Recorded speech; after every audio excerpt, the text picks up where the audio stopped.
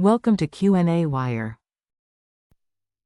So over here, the heat that is going to be released from the metal is going to be equal to the heat absorbed by ethylene glycol. In this case, this is going to be minus mass of the metal times heat capacity of the metal times delta T for the metal. And this is going to be equal to the mass of ethylene glycol times heat capacity of ethylene glycol times delta T for ethylene glycol. So the quantities that we need to calculate are going to be delta T for the metal, that is going to be equal to, we're told that it is initially at 152 degrees Celsius and the final temperature is 38.2 minus 153, this in degrees Celsius, and delta T for ethylene glycol, that is going to be final temperature 38.2 minus initial temperature, that is 25.7.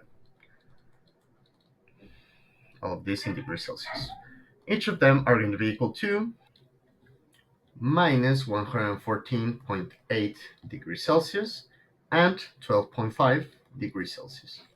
Remember that the changes of temperature, you can label them in Celsius or in Kelvin, because since we know that Kelvin is equal to degrees Celsius plus 273.15, whenever we do a difference of temperatures, the factors are going to cancel out, and that's why in most of the heat capacities you're going to find degrees Celsius on the denominator instead of Kelvin.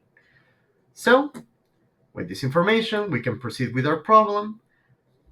Solving for heat capacity of the metal, we are going to get mass of ethylene glycol times heat capacity of ethylene glycol times delta T for ethylene glycol divided by mass of the metal times delta T of the metal, and all of this with a negative sign.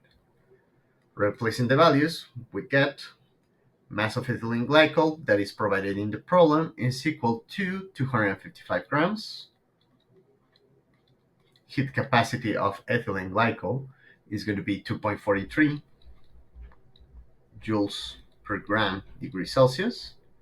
Delta T is 12.5 degrees Celsius for this compound, divided by minus mass of the metal, 135 grams, times delta T, that is minus 114.8 degrees Celsius. Notice that in the numerator, we're going to end up with joules, and in the denominator, we're going to have gram degrees Celsius.